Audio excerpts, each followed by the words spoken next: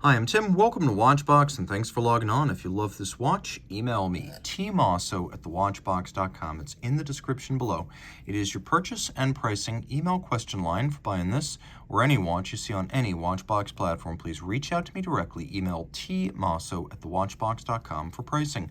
Today, we're discussing a lovely Lange that gives you everything you expect of the East German manufacturer in the most minimal package possible. 3 hands, automatic winding, 37 millimeters in diameter in platinum. This is the Lange Söhne 1815 automatic 303.025. Now, 37 in diameter. It's only 8.5 millimeters thick and from lug tip to lug tip 43.6 millimeters with a 19 millimeter spacing between the lugs. We'll throw it on my wrist, which is 16 centimeters in circumference, and it's a beautiful fit. Low enough to fit underneath any sleeve. You can see on a 16 centimeter wrist, the lugs come nowhere near the edge, so I could recommend this watch for a wrist as small as 13.5 centimeters circumference. Suitable for him, suitable for her, or anyone with a taste for traditional sizes and proportions. A beautiful watch. It's equipped with a large rectangular scale alligator leather strap, black with a gloss finish, a little bit of bolstering to give it some volume, monotone stitch, folded edge, calfskin on the bottom. You can see in a Lange Söhne factory strap. No crimping, no gouging, brand new. We'll take a look at the buckle. The buckle is also platinum. You can see there's some fastening externally as well as Lange branding. If you're new to my Lange reviews, then I should probably tell you why I like this pin buckle. If you're old hat, you've been here before, just fast forward through this point. There's an elevated bridge in the buckle, so you can see how the bridge doesn't just directly connect the two prongs. It's rather annoying. It actually arcs up and over. So that means when the strap is in the buckle, it sits flush on your wrist. Smart. Now here's another piece of smart ergonomics.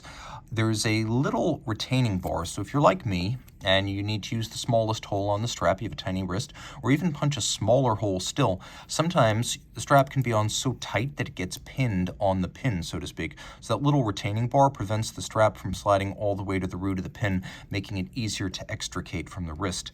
Typical Lange design, the lugs are stepped out from the case band. They are of polish, so is the case back, so is the bezel.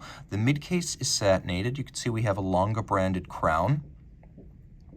And the bezel is actually a little bit more sophisticated in shape than it looks. It's domed on top, but it's also vertical in profile, so there's a bit more there than meets the eye at first glance. Being platinum, the watch is fairly weighty, and that continues on the dial. The dial is a solid disc of sterling silver. It's then galvanized this silver-white color with the features printed on. Of course, this is part of the 1815 collection. You know that because it features Arabic numerals. And of course, we have 3 hands and the Saxo mat caliber underneath. You know, because it says so. It also gives up the game a little bit because the Saxo mat's party trick has always been its zero reset hacking system. So not only does the movement stop, but a hammer automatically resets the seconds hand perfectly to the index at 6. So now it's very easy to set the watch against a reference time.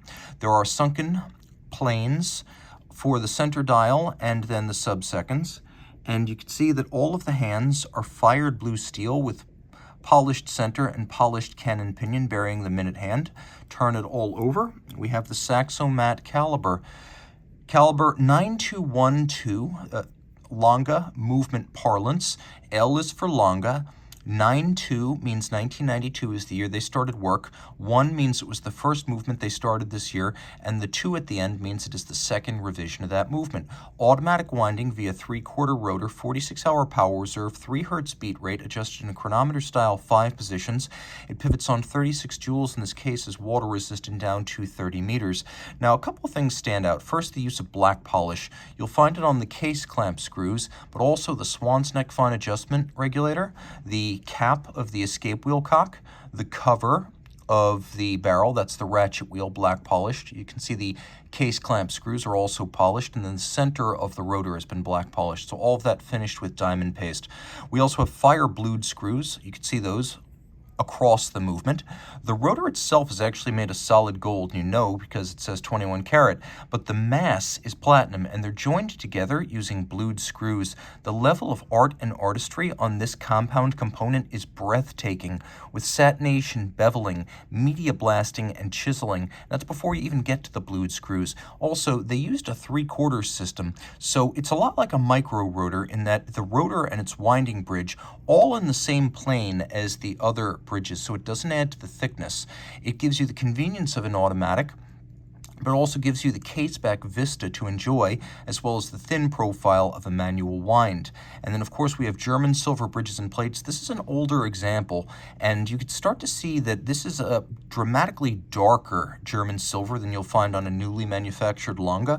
That's because the material itself doesn't tarnish or corrode, but it's made of nickel, copper, and zinc. And over time, the copper does age, and it goes from being a very bright yellow gold to a darker, richer sort of anthracite gold.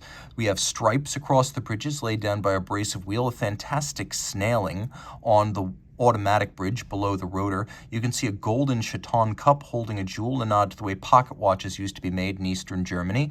You can also see that the bridge profile is designed to emulate a 3/4 bridge, another nod to the pocket watch era. And that's also why the German silver material is used. This is how it would have been done in the pocket watch era.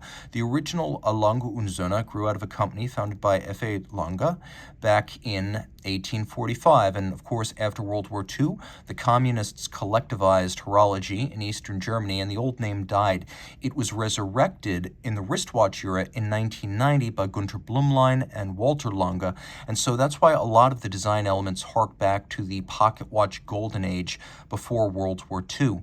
A very beautifully decorated movement. It also features mirrored anglage on the edge of the bridges as well as the rotor and the mass. In other words, it leaves nothing to be desired. One of the coolest three-hand watches you will ever find.